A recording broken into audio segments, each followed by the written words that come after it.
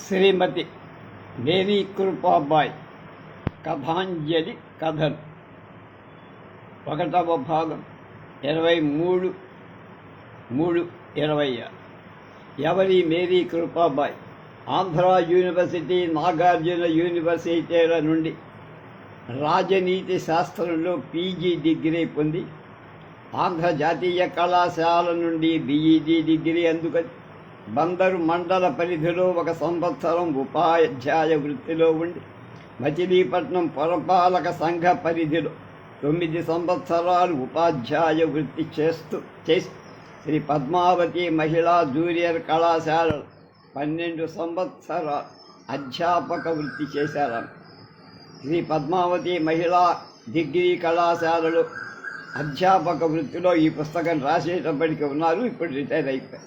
సామాజిక చైతన్యం లక్ష్యంగా కథా రచన ప్రవృత్తి. సుమారు 300కు పైగా రచన, ఎక్కువ శాతం కథలు. రచన ద్వారా సామాజిక సేవ చెయ్యాలనే తపన.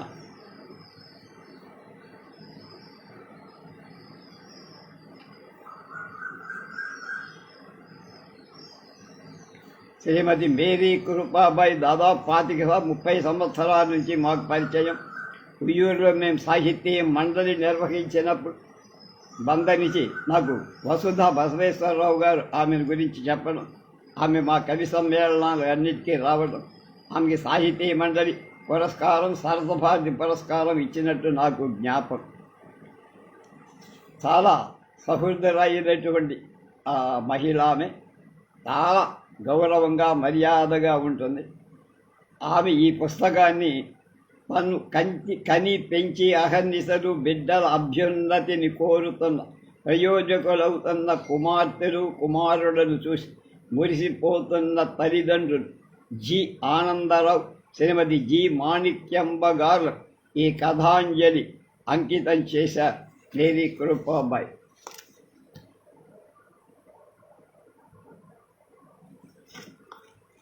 ముఖ చిత్రం ఇది.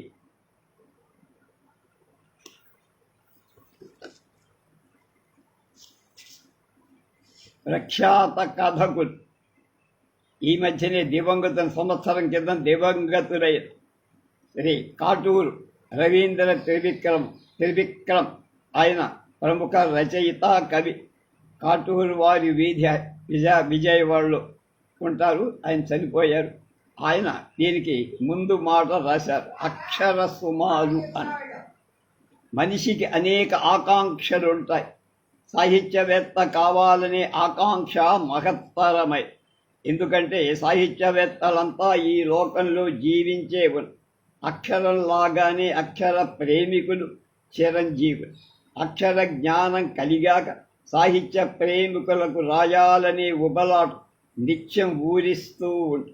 మంచి కథ చదివినప్పుడు అలాంటి కథ తను కూడా రాయాలనే తపన పుడుతుంది.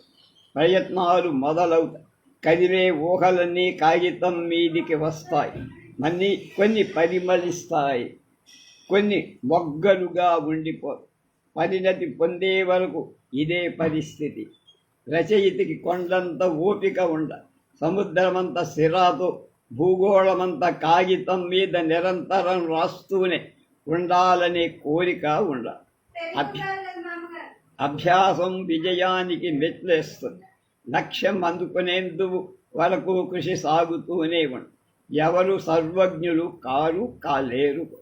కాబట్టి మనిషి జీవితకాల విద్యార్థి.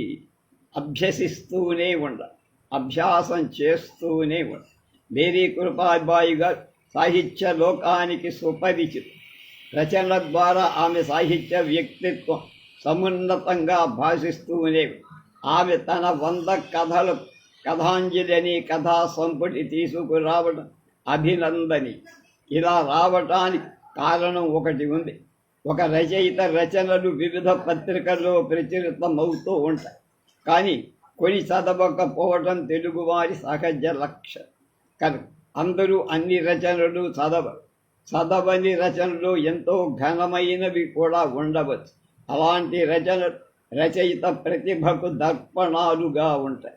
వాటిని పుస్తకంగా పునర్ముద్రించకపోతే వాటి గురించి కనీసం ముఖ్యమైన వాళ్ళ సాహిత్య విమర్శలు. మరి ఒక్క మాట,